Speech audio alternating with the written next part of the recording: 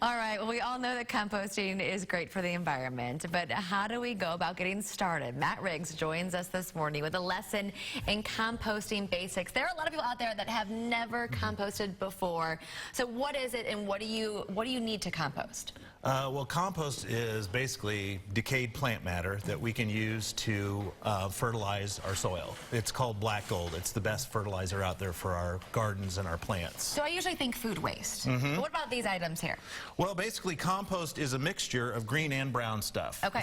It's a ratio of about 3 to 1 is what you need. But it's all decayed plant matter. So here we have paper products. This represents carbon. Carbon is your brown stuff. Paper, of course, comes from trees, so it's one step removed, but it's still plant matter. And then over here we have vegetables and fruit and that kind of stuff. This is where you get your nitrogen. This is the wet stuff, or the, it can be smelly, but depending on how you manage it. But that gets your nitrogen. So it's generally 3 parts carbon and 1 part nitrogen, and that's how you should mix it, is kind of 3 to 1 in your bin. And I think this is great because a lot of people throw their pizza boxes into recycling, which you're not supposed to because there's food waste on it. You're supposed to rip it off. So you still do have ways that you could help not send to a landfill. Okay, so for all those people out there that don't have a big yard, what can they do? Well, there's a couple kinds of indoor composting you can do.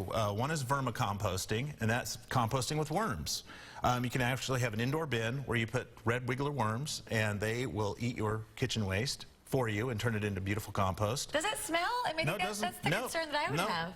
No, I mean, if you think about it, your garbage sits in your house for a whole week, right? Before you set it out for the curb. Okay. If you have a nice kitchen bin for your compost, you could theoretically take that out every day. So it's going to smell actually less because you can get rid of it and put it in your compost bin every day.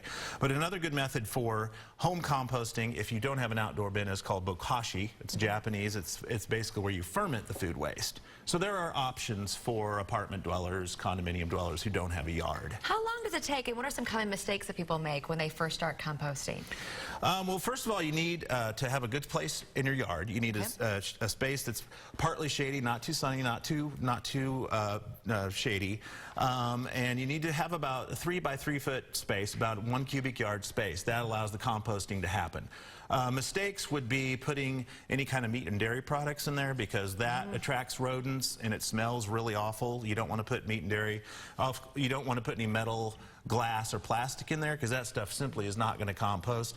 Another common error is not to turn it because compost requires 3 things: the brown waste, the green waste, but you also need air and water. So every time you put something in your compost bin, you should stir it to get the air in there.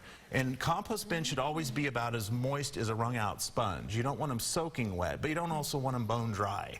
So if you keep those 4 things, greens, browns, air, and water, in mind, you can have a really healthy compost. And then it's ready to compost when it's basically turns into a rich brown color.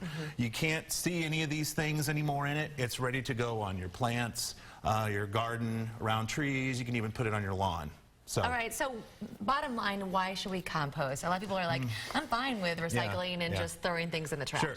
Well, yard waste and food waste, which is kind of where this comes from, it makes up 20 to 30% of our household trash. So that's a big chunk. That's almost 1/3 of our trash. When that goes into a landfill, it causes a couple problems. First of all, it takes up lots of space in a landfill, and nobody wants another landfill in their neighborhood. But another thing is it causes a lot of air and water pollution because of how it breaks down in a landfill. So it's a lot better to use this, to reuse it for your gardens and lawns, and just keep it on site and use it at your home. And it's really not that much extra work either, so just go ahead and try it out. See what works for you. We'll have a link to the Recycle Spot website on ours, KCLive.TV, later on today. Thank you so much for being here and encouraging us to care about our environment.